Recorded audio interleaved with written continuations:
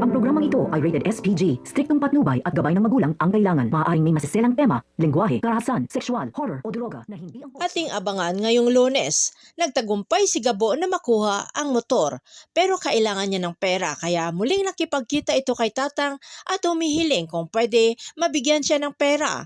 Pero ayon kay Tatang ay bibigyan siya ng isa pang misyon. Yon ay kukunin ang ginto na nasa kay Mr. Chan, buhay man o patay. Habang ang mga taga-NCIA ay gusto ring matiklo itong si Mr. Chan na siyang magdidiin sa kaso ni alias Tigre na ito ay alam na alam ng nanay ni Victor Safra kaya sinabihan si Lucas na kailangan na nilang patahimikin itong si Mr. Chan para hindi na lalong madiin ang kaso ng kanyang anak na si Victor. 3 grupo, iisa ang target, iyon ay mahuli si Mr. Chan.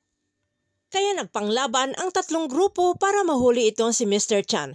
Sino kaya sa kanila ang makakahuli dito sa kay Mr. Chan? Tuluyan na kayang mamaalam itong si Rudy dahil sa kakulangan ng pera na pampaopera sa kanya. Abangan na lang natin ang mga susunod na episode dito sa Sigabo.